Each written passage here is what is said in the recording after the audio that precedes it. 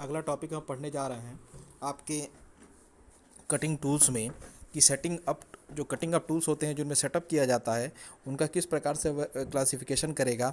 और ये हमारा जो टूल है ये होता है अर्ध योग्य टूल सेमी क्वालिफाइड टूल। तो योग्य उपकरण जो टूल शंकु पर कोई समायोजन बटनों का उपयोग करके आयामों में समायोजित किए जा सकते हैं। मतलब कि ऐसे जो क्वालिफाइड टूल्स जिन पर टूल शंकु पर हम अपने अनुसार समायोजित करके बटन्स का प्रयोग करके उनके आयामों पर उचित कार्य करके उनको हम क्या करते हैं, नियंत्रित कर सकते हैं। तो यह उपकरण सटीक आयाम के लिए नियमित रखरखाव और अंशांकन की मांग करते हैं। मतलब ये जो उपकरण होते हैं ये सटीक आयाम मतलब सटीक उनका क्या रहेगा, डायरेक्शन रहेगा, ठीक, और सटीक तरीके से कैलिब्रेशन के साथ वो अपना डाटा बताएंगे। अब ये होता है कार्यकारी युक्तियाँ क्या होती हैं। तो मशीनिंग के दौरान कार्यखंड को पकड़ने के लिए, देखिए मशीनन प्रक्रम के दौरान हम सभी लोग समझते हैं कि किसी भी वर्कपीस पर से एक्स्ट्रा मटेरियल को रिमूव करने की क्रिया होती है वो मशीनन कहलाती है। तो मशीनिंग के दौरान कार्यखंड को पकड़ने के लिए सीएनसी कार्रवाई युक्तियों का प्रयोग किया जाता है। मतलब मशीनिंग के दौरान, ठीक, कार्यखंड को वर्कपीस को पकड़ने के लिए हमें कुछ वर्क होल्डिंग डिवाइसेस का प्रयोग किया जाता है और इन्हीं को हम लोग कहते हैं कार्यकारी युक्तियाँ। मतलब कि हमें वर्क होल्डिंग डिवाइस का मतलब ये होगा वर्कपीस को पकड़ने के लिए। तो कुछ ऐसे चीज़ों का उपयोग किया जाएगा जिससे कि हम लोग वर्कपीस को पकड़ सकें, तो उन्हें हम लोग कहते हैं कार्यकारी युक्तियाँ, वर्क होल्डिंग डिवाइसेस। उनकी विशेषताएं निम्न होती हैं। पहला है यथार्थता उच्च होती है, ठीक, एक सेटिंग में कई प्रकार की संक्रियाएं होती हैं। मतलब यथार्थता आपकी क्या हो जाएगी, उच्च रहेगी। एक सेटिंग में कई प्रकार की संक्रियाएं हो सकती हैं, ठीक। फिर संरचना सरल होती है। संरचना क्या होगी आपकी, सरल रहेगी, किसी प्रकार की कोई कॉम्प्लिकेशंस उसमें उत्पन्न नहीं होगी। तो यथार्थता उच्च होगी मतलब क्या होगा, एक्यूरेसी ज़्यादा होगी। एक सेटिंग में कई प्रकार की संक्रियाएं हो सकती हैं। संरचना जो होगी वो आपकी सरल होगी। मितव्ययी का मतलब ये आराम से कार्य कर सकता है। मितव्ययी मतलब इस पे आप इसके द्वारा आप आराम से कार्य को कर सकते हैं। लोडिंग तथा अनलोडिंग तीव्रता से होनी चाहिए। मतलब लोडिंग मतलब यहाँ पर जो लोडिंग की प्रक्रिया मतलब कि उसको टूल को रखना और एक वर्कपीस को रखना, फिर दूसरा है कि वर्कपीस को उतारना, तो ये दोनों चीज़ें बहुत आसानी से हो जाएंगी। दृढ़ता होनी चाहिए। दृढ़ता का मतलब होता है कि वो एकदम क्या होना चाहिए, दृढ़ होना चाहिए, अपने स्थान से हिलना। मतलब अगर बल लग रहा है तो वो अपने स्थान से न हिले और उसका विरोध करके अपने स्थान पर टिका रहे, जिससे कि कटाई को सहन कर सके। अगर वो कटाई को नहीं सहन कर पाएगा, अगर वो दृढ़ नहीं होगा तो कटाई को सहन नहीं कर पाएगा और वो प्रक्रिया वहीं समाप्त हो जाएगी। फिर सुरक्षा होनी चाहिए कि लोडिंग व अनलोडिंग के दौरान असुविधा न हो। मतलब वो सुरक्षित भी होना चाहिए जिससे कि लोडिंग व अनलोडिंग के दौरान कोई प्रकार की असुविधा उत्पन्न ना हो। तो एक बार फिर से इन सभी की विशेषताओं को हम लोग पढ़ ले रहे हैं। क्या चीज़ें होती हैं, यथार्थता उच्च होती है। एक सेटिंग में कई प्रकार की संक्रियाएँ होती हैं। एक सेटिंग में कई प्रकार की संक्रियाएं होती हैं। संरचना जो होती है वो सरल होती है। मितव्ययी होना चाहिए मतलब ये फ्रेंडली नेचर का होना चाहिए, किस पर कार्य करना आसान हो जाए। फिर लोडिंग और अनलोडिंग तीव्रता से होनी चाहिए। जो लोडिंग और अनलोडिंग की जो प्रक्रिया है वो तीव्रता से होनी चाहिए, मतलब कि फास्ट हो। बहुत ज़्यादा अगर समय लगेगा लोडिंग और अनलोडिंग में तो हम लोग क्या करेंगे, अपना वर्क नहीं कर पाएंगे, जिससे कि प्रोडक्शन हमारा बाधित होगा। तो यहाँ पर बताना यही है कि लोडिंग और अनलोडिंग की प्रक्रिया भी हमारी समय से होती रहे, बाधित ना हो। फिर दृढ़ता होनी चाहिए, मतलब दृढ़ हो, वो रिजिड हो एक स्थान पर, उसके अंदर किसी भी प्रकार का कोई परिवर्तन बल का दबाव लगने पर या प्रयोग होने पर ना हो। फिर है सुरक्षा होनी चाहिए कि लोडिंग व अनलोडिंग के दौरान असुविधा ना हो। मतलब ये सुरक्षित भी होना चाहिए कि उसको लोडिंग का मतलब उसको रखना और अनलोडिंग मतलब उसको उतारना। तो अगर लोडिंग के दौरान उसमें और अनलोडिंग के दौरान उसमें किसी प्रकार का कोई भी दिक्कत नहीं आना चाहिए।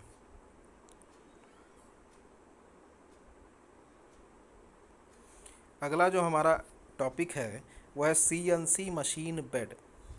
तो ये क्या चीज़ होता है आप ये भी देख लें। यह एक कठोर संरचना होती है, मतलब it is a hard structure जो फर्श पर बद्ध होती है। बद्ध का मतलब होता है फिक्स। बद्ध का मतलब क्या होता है, फिक्स।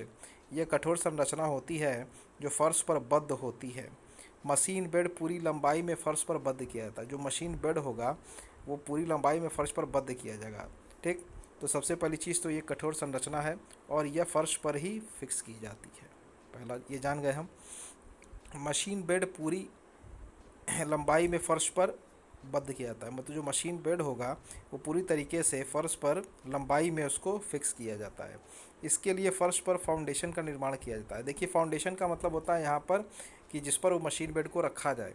अगर हम फाउंडेशन नहीं बनाते हैं अगर हम फाउंडेशन नहीं बनाएंगे तो मशीन क्या होगी, आपकी वाइब्रेट करेगी, जिससे कि वहाँ पे जो कार्य करना आसान नहीं रहेगा और कुछ समय बाद वो विभिन्न प्रकार के झटकों के साथ वो मशीनें रुक जाती हैं। ठीक।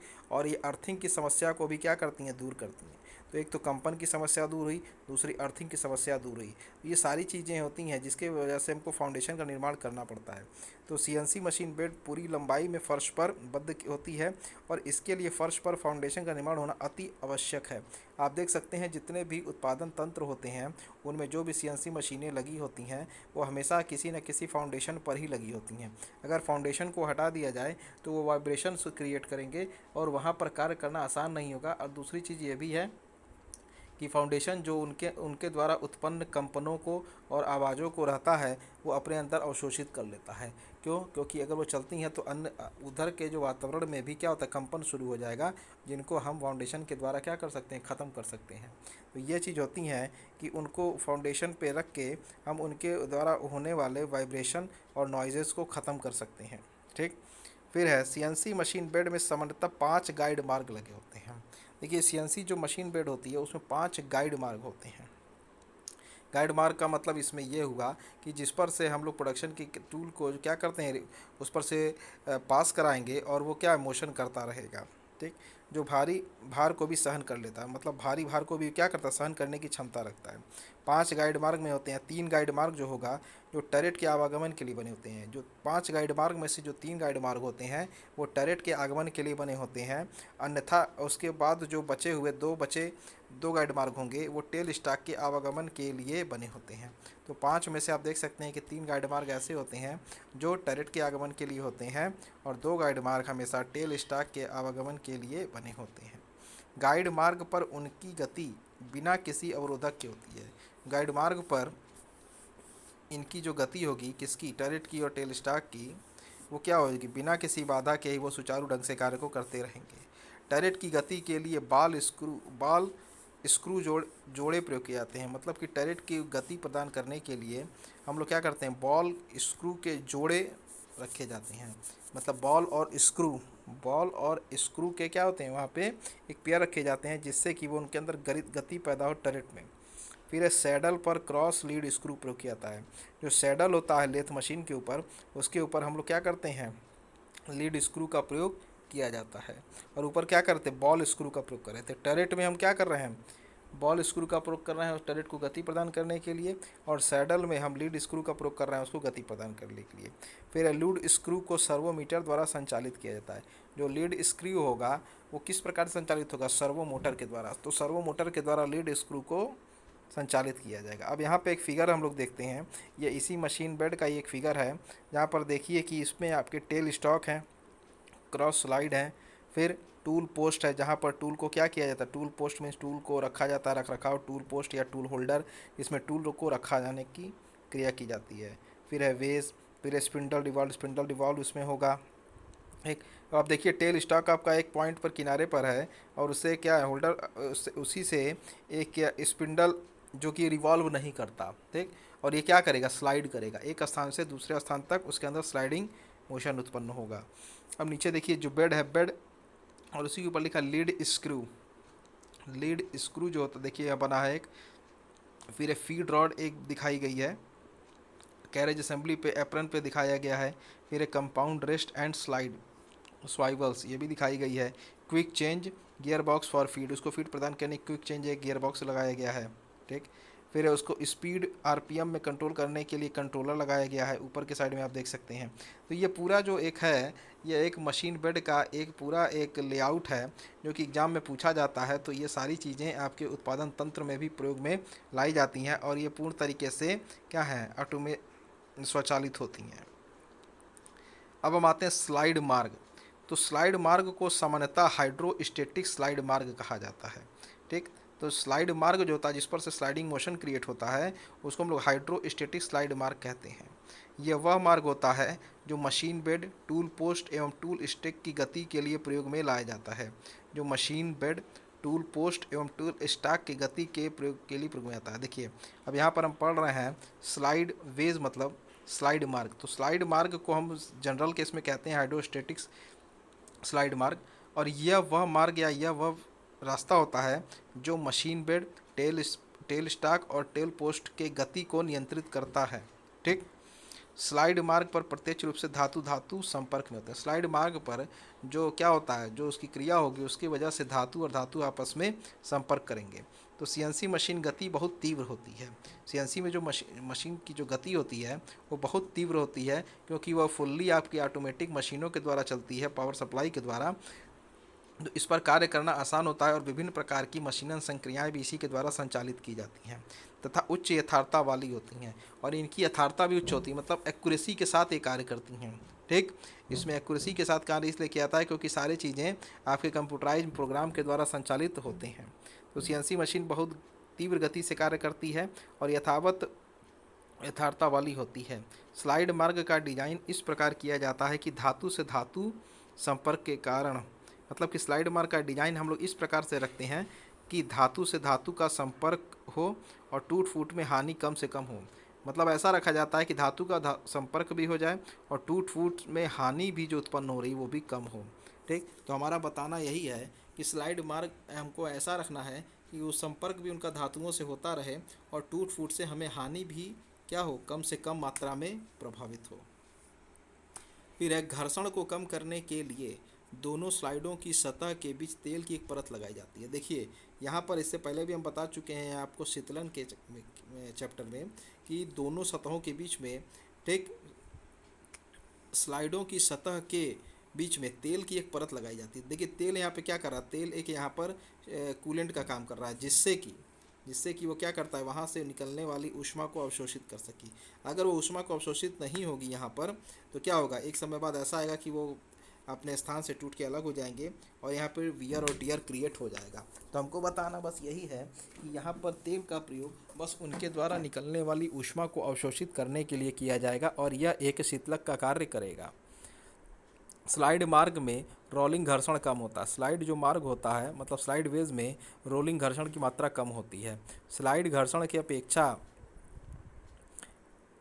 इसलिए सदैव बॉल बियरिंग का प्रयोग किया जाता है। मतलब स्लाइड घर्षण की अपेक्षा इसलिए इसमें सदैव बॉल बियरिंग का प्रयोग किया जाता है। हम लोग जानते हैं कि बियरिंग जो होती हैं वो एक मूविंग एलिमेंट होती हैं। बियरिंग क्या होती है, मूविंग एलिमेंट होती हैं जो मूव करके पावर को ट्रांसमिट करती हैं किसी स्थान से दूसरे स्थान तक। तो ये bearing is a moving element which is use to transmit the power. ठीक। ये पावर को क्या करती हैं, ट्रांसमिट करती हैं। तो जब भी कोई आपसे पूछता है तो सीधे बताएंगे it is a moving element which is use to transfer the power. तो उसमें स्लाइड मार्ग में भी हम इसका प्रयोग करते हैं। अब आते हैं कि अगला टॉपिक है पुनः प्रवाह बाल स्क्रू, रेसिप्रोकेटिंग बाल स्क्रू। तो परंपरागत का मतलब होता है कन्वेंशनल, मतलब परंपरा के अंतर्गत जो चले आ रहे हैं उनके अंतर्गत लीड स्क्रू में घर्षण के कारण उच्च शक्ति पारेषण की हानि होती है।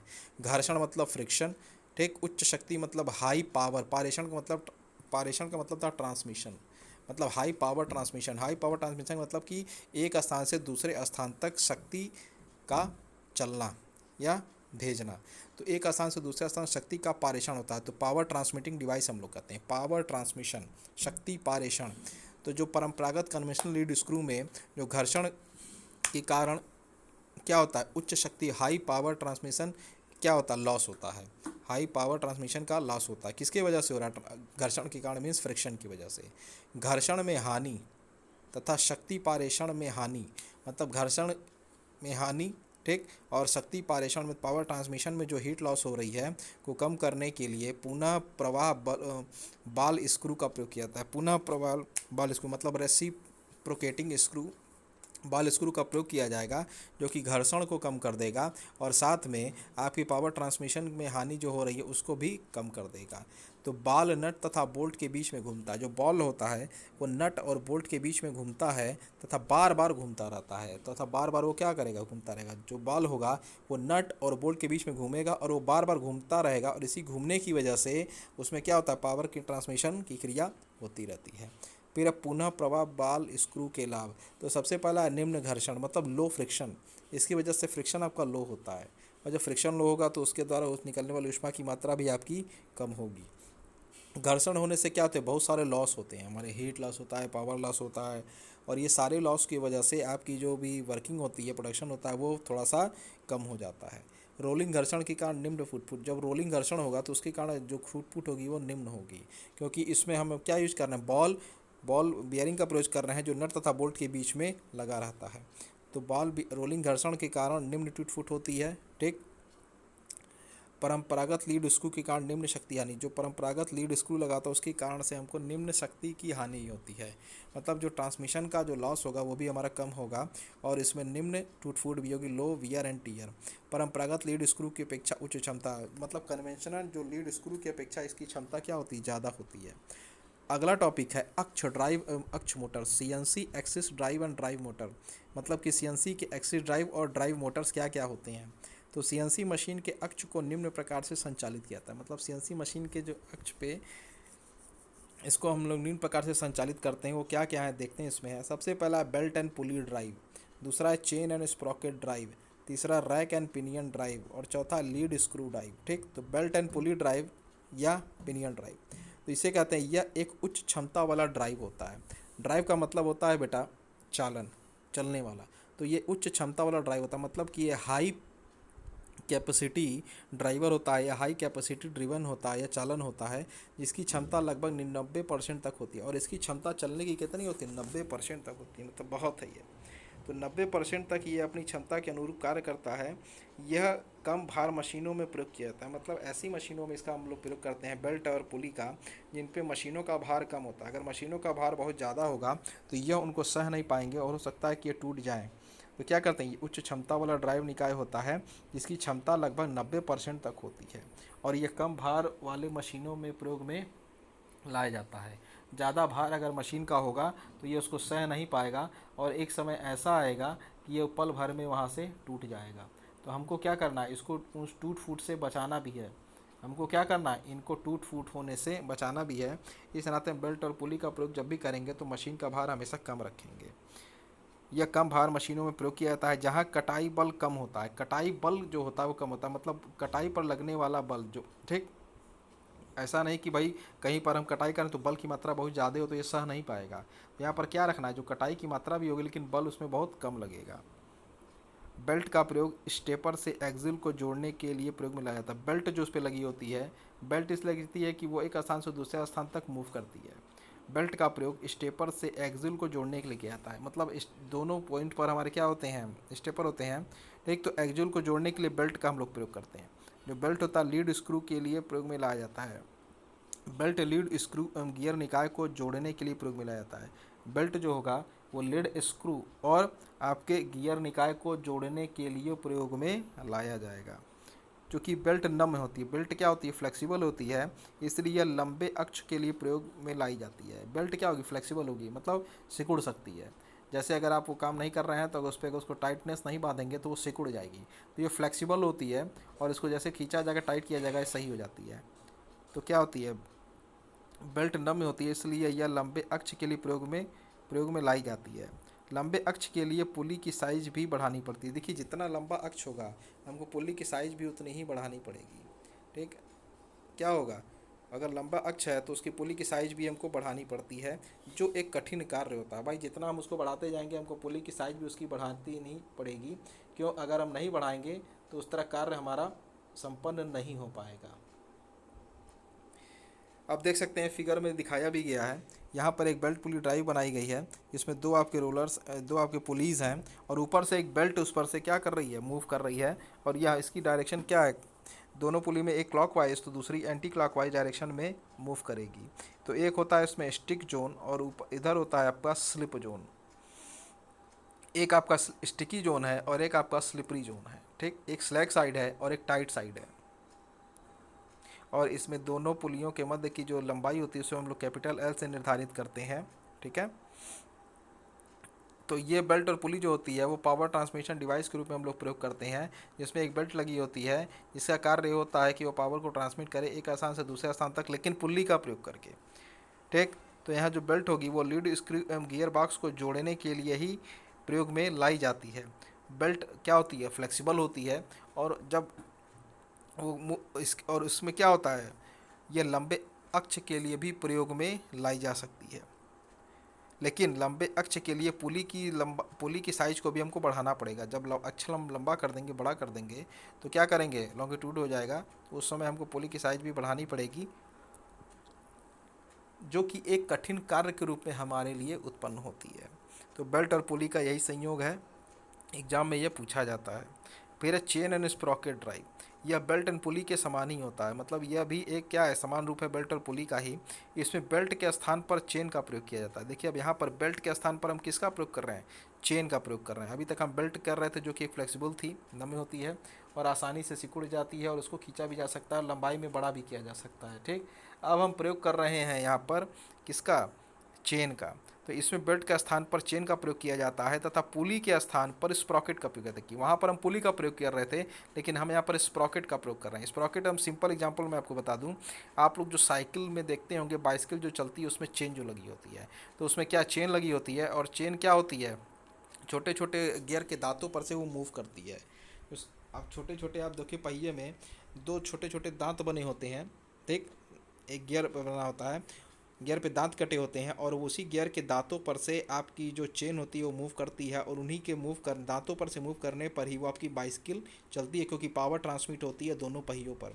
अगर कभी कभी ऐसा होता है कि आप साइकिल चलाते चलाते वो चेन क्या जब उतर जाती है तो आपकी साइकिल वहीं रुक जाती है। क्यों, क्योंकि वहाँ पावर ट्रांसमिशन बंद हो जा रहा है। पावर ट्रांसमिशन क्यों बंद हो रहा है, क्योंकि उस चेन पर, उस गियर पर से वो चेन उतर जा रही है। और जो गियर गियर क्या होते हैं, गियर के जो चेन होती है वो गियर के दांतों से मेश करके पावर को ट्रांसमिट करती है अगले पहिए से पिछले पहिए की ओर। तो उसी प्रकार से आप देख सकते हैं कि यहाँ पर भी हम लोग पावर ट्रांसमिट कर रहे हैं एक स्थान से दूसरे स्थान की ओर, लेकिन बस अंतर बस ये, यहाँ पर बेल्ट के स्थान पर हम लोग किसका प्रयोग कर रहे हैं, चेन का, और पुली के स्थान पर स्प्रॉकेट का। तो जब चेन जो होती, स्प्रॉकेट के अंदर आपकी चेन क्या करती है, मूव करती है, चेन स्प्रॉकेट लगा है उस पर से चेन हमेशा घूमती जाएगी और वो पावर को ट्रांसमिट करती जाएगी। तो यहाँ इसमें लिखा है कि बेल्ट के स्थान पर चेन का प्रयोग किया जाता है तथा पुली के स्थान पर स्प्रॉकेट का प्रयोग किया जाता है। स्प्रॉकेट में छोटे छोटे दांत बने होते हैं और उन दांतों पर से चेन हमेशा मूव करते आगे चली जाएगी, और मेश करने की वजह से उन स्प्रॉकेट में से चेन मेश करते हुए पावर को ट्रांसमिट करती चली जाएगी। चेन एवं स्प्रॉकेट ड्राइव बेल्ट में भी यही अवगुण होते हैं जो बेल्ट और पुली में होते हैं। मतलब कि क्या है, इनको अगर हम बड़ा करेंगे अगर, तो इससे क्या होगा, वो कठिन कार्य है जो कि बहुत समय लगता है उसको बड़ा करने में।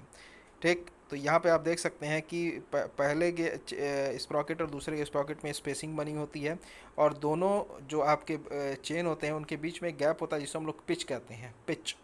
ठीक, इसी प्रकार दो गियर के दांतों के बीच में जो जगह होती है उन्हें हम लोग कहते हैं पिच।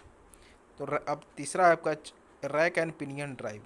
यह एक दृढ़ निकाय होता है जिसके कारण यह लंबे अक्ष के लिए प्रयोग में लाया जाता है। यह एक दृढ़ निकाय होता है। दृढ़ निकाय का मतलब यहाँ पर यह हुआ, यह एक फिक्स होता है, मतलब ये क्या होता है, इसको मूव नहीं कराता, एक फिक्स होता है, सिस्टम है जिसके कारण यह लंबे अक्ष के लिए प्रयोग में लाया जाता है।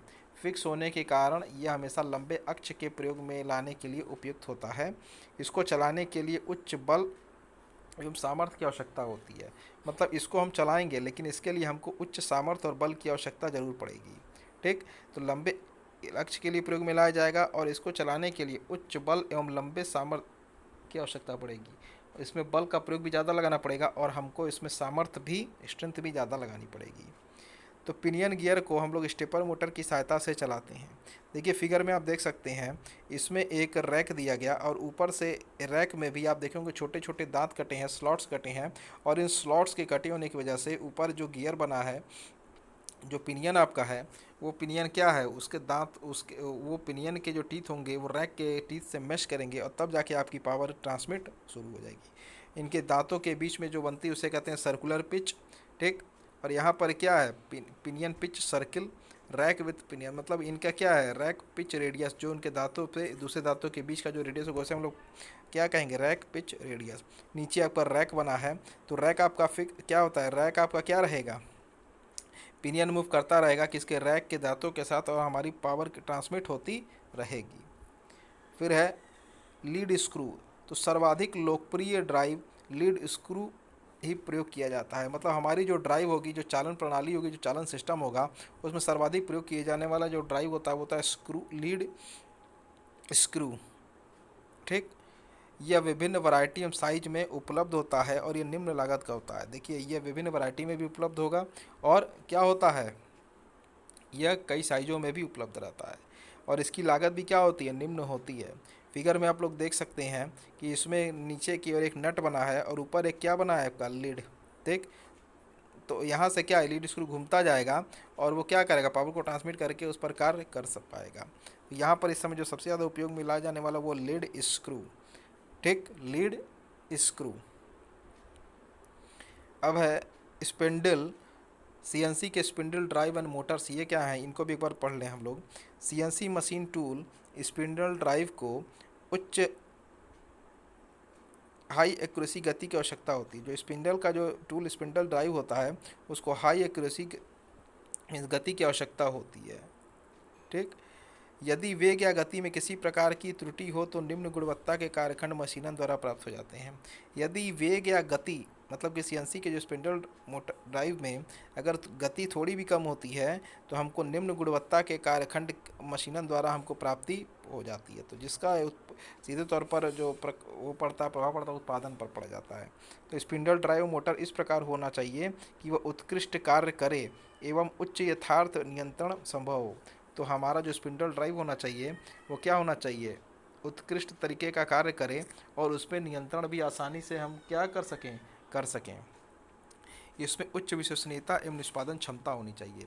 उच्च विश्वसनीयता मतलब हाई क्या होती है उसकी, और कह सकते हैं ना कि इसकी जो अवेलेबिलिटी और इसकी जो इम्पोर्टेंस ज़्यादा हो, और निष्पादन का मतलब कार्य करने की क्षमता और उसको वर्किंग कंप्लीट करने की क्षमता भी क्या होनी चाहिए, ज़्यादा होनी चाहिए। तो स्पिंडल ड्राइव और मोटर इस प्रकार होना चाहिए कि क्या वो कर पाए, वो अपने कार्य को यथार्थता के साथ करे और उच्च विश्वसनीयता और निष्पादन मतलब कि कार्य को कंप्लीट करने की भी प्रक्रिया अच्छे से करे और क्षमता के साथ करे।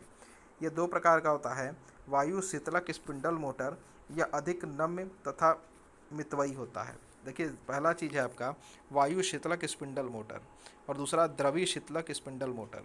तो पहला हम पढ़ते हैं वायु शीतलक स्पिंडल मोटर में यह अधिक नम्य तथा मितव्ययी होता है। नम्य मतलब होता है फ्लेक्सिबल और मितव्ययी का मतलब फ्रेंडली, मतलब इस पर कार्य करना आसान होता है, मतलब इससे कार्य करने से किसी प्रकार की आपको कोई दिक्कत उत्पन्न नहीं होती है। कॉम्पैक्ट डिजाइन के कारण, कॉम्पैक्ट मतलब छोटा डिजाइन, कॉम्पैक्ट जैसे होता है ना कंप्रेस मतलब संपीड़न करना, तो उसी प्रकार से हम लोग कहते हैं कॉम्पैक्ट। कॉम्पैक्ट मतलब छोटा, कॉम्पैक्ट जिसका छोटे में ही इसकी डिजाइन बनी होती है।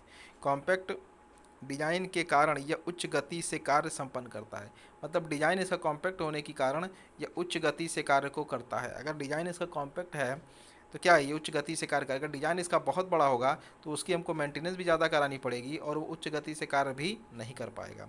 तो वायु शीतलक स्पिंडल मोटर क्या, ये अधिक नम्य तथा मितव्ययी होता है और किसी कार्य को आसानी से कर सकता है। छोटे डिजाइन होने की वजह से या कॉम्पैक्ट डिजाइन होने की वजह से ये उच्च गति से कार्य को निष्पादन कर सकता है।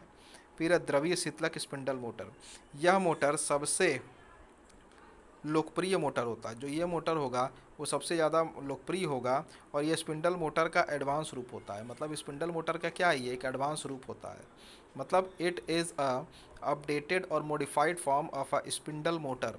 ठीक, स्पिंडल मोटर का एक एडवांस रूप होगा और यह मोटर सबसे अधिक लोकप्रिय माना जाता है। और ये स्पिंडल मोटर का एक मॉडिफाइड रूप होता है द्रवीय शीतलक स्पिंडल मोटर। फिर द्रवीय शीतलन में ऊष्मा निष्कासन की क्षमता उच्च होती है। तो द्रवीय शीतलन में मतलब कि द्रवीय शीतलन में मतलब कि क्या कहेंगे, द्रवी का मतलब फ्लूइड, शीतलन मतलब कूलिंग, फ्लूइड कूलिंग में ऊष्मा निष्पादन की क्षमता उच्च होती, ऊष्मा को निष्पादन करने की क्षमता क्या होती, बहुत उच्च होती है, जिससे मोटर का आउटपुट निष्पादन एवं टॉर्क मतलब आघूर्ण उच्च प्राप्त होता है, जिसके कारण से हमको मोटर का जो आउटपुट ही प्राप्त होगा, मतलब मोटर का जो फिर आपको आउटपुट प्राप्त होगा या फीडबैक प्राप्त होगा वो निष्पादन और टॉर्क भी क्या करेगा, साथ में उच्चता के साथ हमको प्राप्त होगा। तथा यह कॉम्पैक्ट डिजाइन में उपलब्ध होता है। ये भी देखिए, ये भी डिजाइन जो इसका होता है वो भी कॉम्पैक्ट होता है, मतलब क्या ये डिजाइन छोटा नहीं होता, ये भी डिजाइन क्या होता है, कॉम्पैक्ट साइज़ के आकार का ही होता है। इसे हम कहीं पर भी यूज कर सकते हैं और डिजाइन छोटा होने की वजह से इस पर कार्य करना भी आसान हो जाता है। तो ये दो प्रकार के शीतलक हम लोग अभी पढ़े हैं, वायु शीतलक स्पिंडल मोटर और द्रवीय शीतलक स्पिंडल मोटर। तो एक बार और इनको समझ लें कि सीएनसी मशीन जो होता है वो टूल स्पिंडल ड्राइव को उच्च क्षमता गति की आवश्यकता होती है। सीएनसी मशीन की स्पिंडल ड्राइव को हमेशा उच्च गति की आवश्यकता होती है। यदि वेग या गति में किसी भी प्रकार की कोई त्रुटि होती है तो यह निम्न गुणवत्ता के साथ उत्पाद हमको प्राप्त कराता है। तो स्पिंडल ड्राइव मोटर इस प्रकार होना चाहिए कि वह उत्कृष्ट क्रिया करे एवं उच्च यथार्थ नियंत्रण संभव हो सके। इसमें उच्च विश्वसनीयता और निष्पादन क्षमता हो। उच्च विश्वसनीयता का मतलब कि इसके साथ जो कार्य करे वो क्या रहे, विश्वसनीय हो, और उसकी निष्पादन प्रोसेसिंग की जो क्षमता रहे वो भी आपकी अच्छी रहे। ये दो प्रकार के होते हैं, वायु शीतलक स्पिंडल मोटर और द्रवी शीतलक स्पिंडल मोटर। ये अधिक नम्य तथा मितव्ययी होते हैं और अपने डिजाइन कॉम्पैक्ट छोटे होने की वजह से ये अधिक प्रभावशाली होते हैं और इन पर कार्य करना भी आसान हो जाता है। फिर है द्रवी शीतलक स्पिंडल मोटर। यह मोटर सबसे लोकप्रिय मोटर होता है। यह स्पिंडल मोटर का एक एडवांस वर्जन होता है, मीन्स मॉडिफाइड या एडवांस होगा, जो कि मार्केट में हमेशा नए रूप में आपको उपलब्ध होगा और ये डिज़ाइन छोटे होने की वजह से उच्च गति के साथ कार्य को कर पाएगा। तो द्रवी शीतलन में ऊष्मा निष्कासन का जो क्षमता होगा वो भी उच्च होती है।